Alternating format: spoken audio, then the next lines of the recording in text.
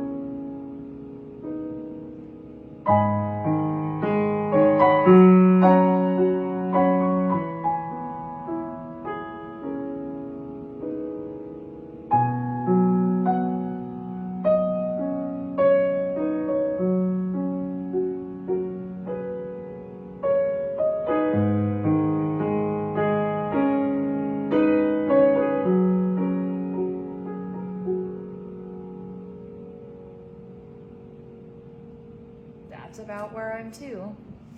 And like, I'm not even 100% settled on that sort of like hymn-like, really quiet, sort of sacred.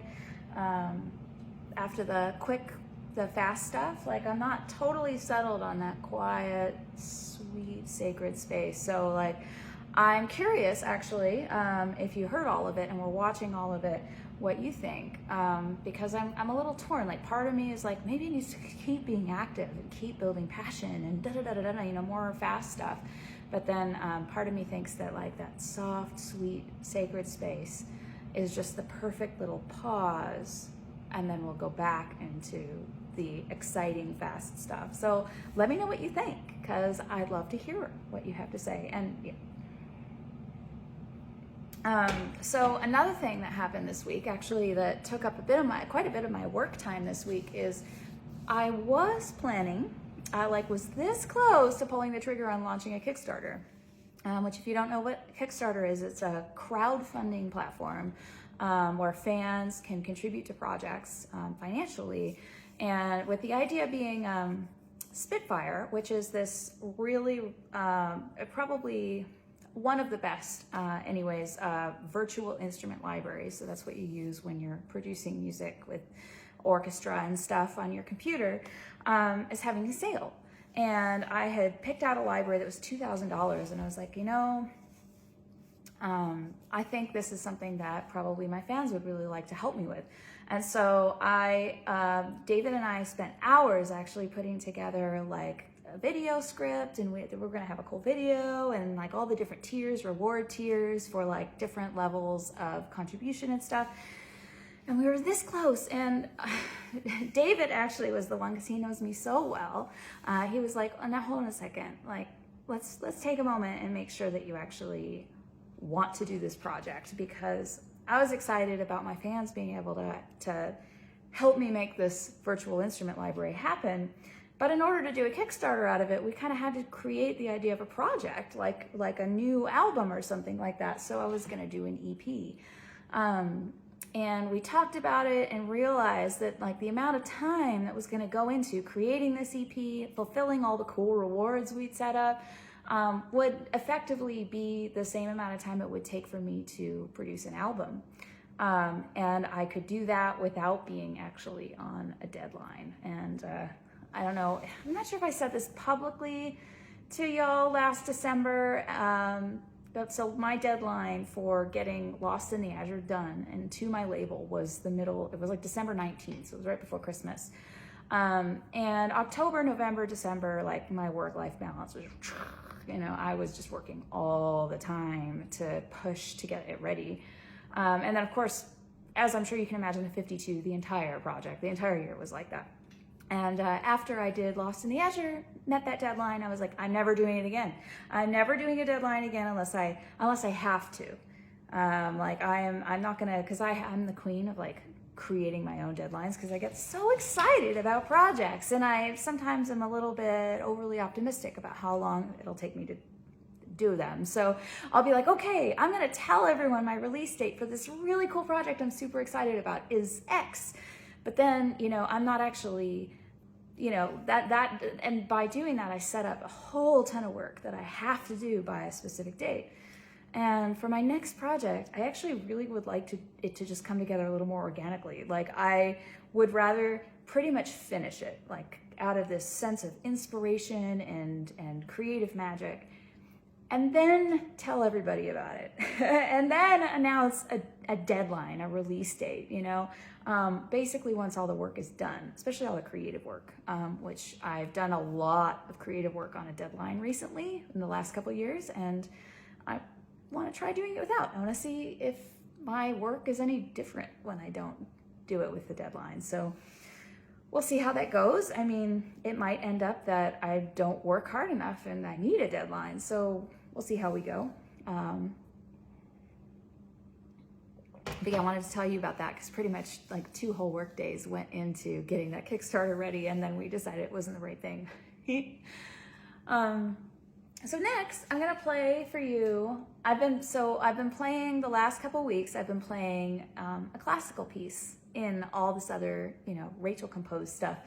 Partly to share with you, just because, I mean, there's so many, hundreds of years of amazing piano music has been written before I existed. And before I started composing, this is mostly the stuff that I played and that I taught to my students. And that my mother taught. My mother was a piano teacher as well, and she passed away just over a year ago, kind of unexpectedly. And so I thought, okay, why was that even relevant? There's a reason, and that's because I'm going to play one of her favorite pieces, a piece that any of her students, and she taught hundreds and hundreds of students throughout the years, many students, but all of her students that got to a certain level would play this piece, unless they hated it, but I don't think anybody ever hated this one. So I'm gonna play Träumerei by Robert Schumann. And it's a little bit of a tribute to my mom because she loved this piece. Träumerei means dreaming, and Schumann is one of my favorite composers. Let's see how to share a little bit with you about him. His music is very like singing because he composed a lot of songs as well for vocalists, so did Schubert, so don't worry, I'm not confusing the two. But so his music has this often has this beautiful melodic line at the top that is very much like a voice or a violin kind of singing out over. And one thing you might not know about me is actually when I was in high school or so, it was kind of a toss-up whether I was going to be getting my degree in piano or in voice.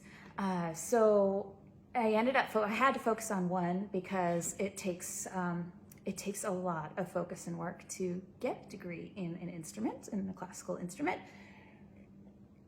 But I sang in choirs, in the pro choirs, and had voice lessons and things all through my university career as well.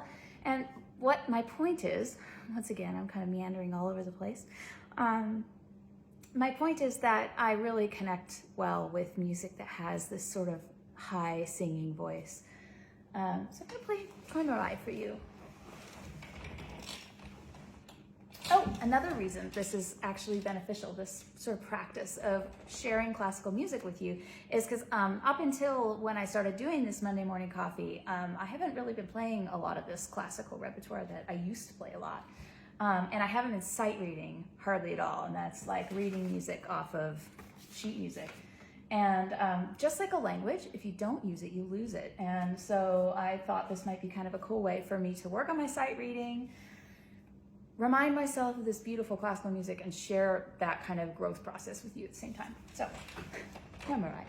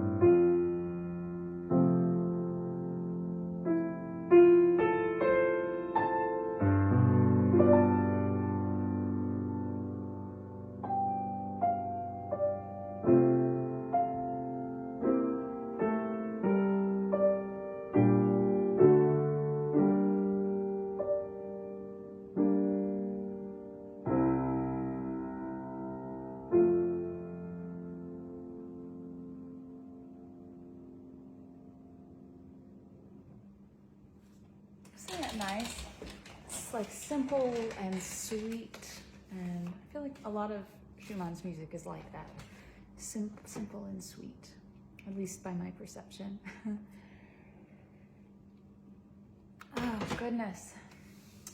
Now the weather's turned a little bit here. It was sunny, beautiful, and now it's a bit gray and rainy, which is kind of unusual for Central Texas. It's just sort of a this time of year thing, and it's kind of nice, actually, to be able to wear jeans, and it's kind of interesting compared to, you know, I grew up in Seattle, where this time of year, you know, it's in the 60s, so it's like the overnight lows here in the 60s. And so it's like the overnight lows here, but those are the highs there, and it's like warm and springtime, and there's so much joy, and because, you know, it's been such a long winter, and the difference between living in a place like that and living in a place like Texas is really, it's really striking. And I'm thankful all the time that I get to choose exactly where I live, because I am very affected by the weather. I spend a lot of time outside. I like to garden, and I go for walks every day, and I just love being outside. And so when it's cold and gray and dark, it really, really profoundly affects me. Okay, I'm gonna do some improvising. Just because this is recorded doesn't mean, I mean, I'm still doing it all live. You can probably see that I'm not like cutting from, I wanted to keep the experience the same, and I hope this is okay with you. I hope you don't feel cheated out of the live experience, because I really didn't want to have to skip it on the off chance that I wasn't going to have good Wi-Fi. And of course, I can't take this bad boy with me, so I would have been on like a keyboard, and just the technology headache to figure out how to get that music to you. Yeah, anyways, this works much better for me for this week. And I'll be hiking and outside all week in the desert, which is pretty awesome. I'll definitely post lots of photos and videos. Normally when I do that, I post those things to my stories. I post them to my Instagram story and my Facebook story, which if you don't use those, like when you look at your feed, especially on Facebook, along the top, there's like kind of like a row of tall rectangles. Those are stories. They're like 24-hour long sort of shares from people of what's going on in their lives right then. And I do that quite a lot, actually. So if you weren't aware of that, now you know what those are, and now you know that I post up there, and there's no like comments, but you can message me. So, or you can just send me a little react, you know, if you're like, oh, that's so cool, heart, you know, you could just send that, and I see it comes directly to my phone. All right, so let's do some improvising. And sometimes when I improvise, I kind of think for a minute ahead of time about like, oh, what kind of tune do I want to do? And other times I don't. And I go, okay, well, what's it going to be? Because sometimes you don't realize what it's going to sound like until you're actually playing it. Let's do F sharp major.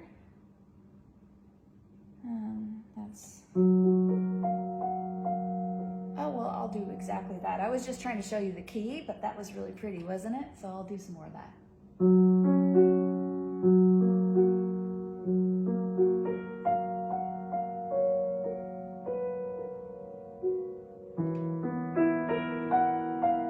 Oh, that sounds awful. Don't do that.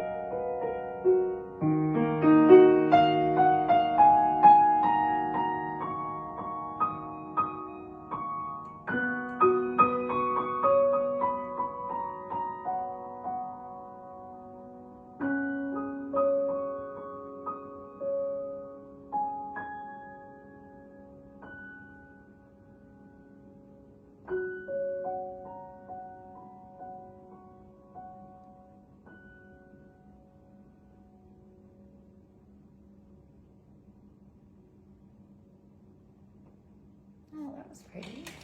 That made me happy. Sometimes I play something and I'm like, I feel all glowy just from playing that. That's fun. I might have to go back and watch the video and sort of relearn, figure out what I played there, and actually write something based on that.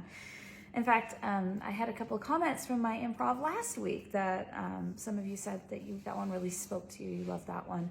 I think I actually took some of that tune and put it into Emerge without even really meaning to, but I do intend to go back and actually watch that video and pull that improv out and properly compose it. Sometimes, very occasionally, I will release a real improv where I sat down, turn the microphones, the pro microphones on, and make something up and then release it. Let's see, Stories the Wind Could Tell was like that. Lead Me Through Twilight, these are pieces from the 52, was like that. But another thing that I do sometimes is I'll improvise something and then I will go back and listen to it and I'll be like, that's really close, but I feel like there are ways it could be better. And so I'll notate exactly, like I'll transcribe into sheet music exactly what I did, and then I will compose it on the computer using like notation software, which gets me kind of into like almost a more concrete part of my brain, like where I'm thinking about, okay, what's the chord structure here? Like I'm thinking more of that. It's less like sort of experiential and emotive, which is where I go with my improvising. And pieces actually that I did that with were from Lost in the Azure. 3 of the pieces actually, Into the Eye, Invisible Tears, and You Sparkle Still, all started as improvs. And I liked them so much, and I liked the progression of those pieces so much that I notated them, and then I basically rewrote them using the themes that I had improvised. It's kind of a cool process because it unites these 2 sort of parts of my brain that into one creative process, which is like the improvising, which is very, it's very kind of loosey-goosey, whatever comes out, like however I'm feeling in the moment. Whereas when I get it on sheet music, it's like I'm an academic, and I'm looking at it like, okay, this is too simple. I need to complicate it up a little bit. That's literally something us trained musicians do. We're like, oh, well, that's just, yeah, we need to do something more interesting than that. But it's interesting because sometimes it's the simple stuff that really just speaks to your heart. If it's performed well, if it's played with heart and passion. I guess life is a little bit like that too. Can be. I guess a lot of things can be like that. Well, it's been a pleasure to record this video to share with you. In fact, I'm kind of like, oh, share it right now, but that's silly because this is Monday morning coffee. I'm going to save it for Monday. I hope you have a really, really wonderful week. There's a lot going on in the world right now. There's a lot good, there's a lot bad. I guess that's the nature of the world. There's so many of us and so much going on that at any given time, there's wonderful things happening and awful things happening.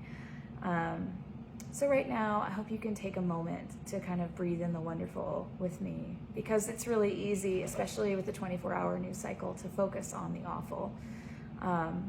And this is, of course, if your life is mostly safe and you can dwell in the wonderful. So dwell in the wonderful with me right now. Have a wonderful week. Take care of yourself. Be kind to yourself. Take some time to do things that give you just glowing joy. And, if you have the extra energy, care for those that you love. Care for everybody else too, because it's why we're here. It's kind of what we got to do for each other. See you next week.